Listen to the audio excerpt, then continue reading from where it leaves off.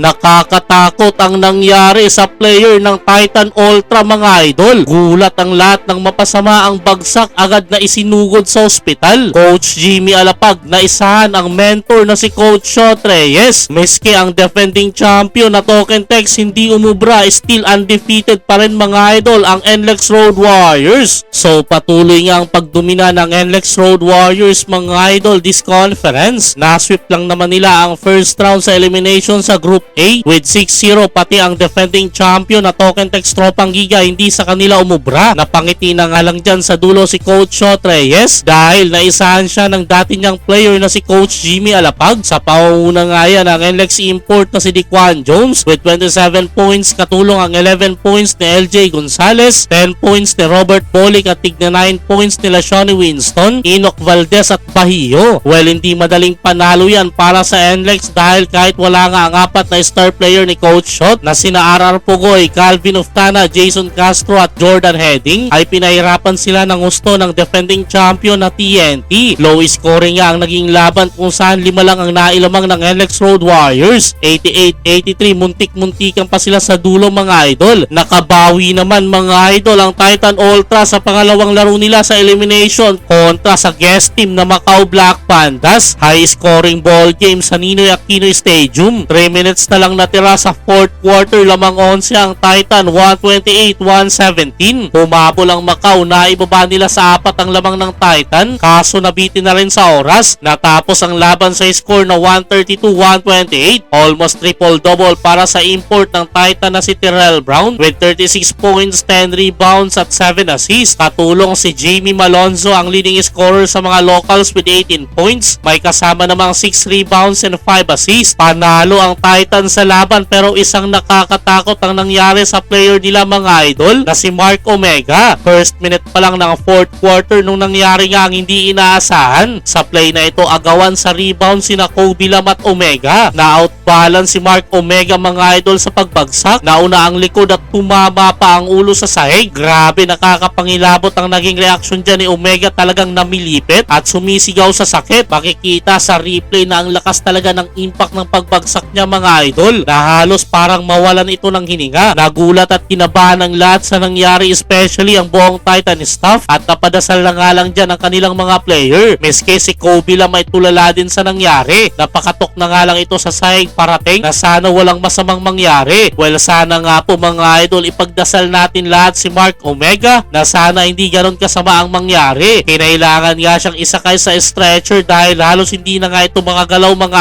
idol at agad na isinugod sa ospital. Again, prayers for Mark Omega mga idol. Sa larong yan, umiscore si Omega ng 6 points, 2 out of 2 sa field, 1 out of 1 sa free throw with 4 rebounds.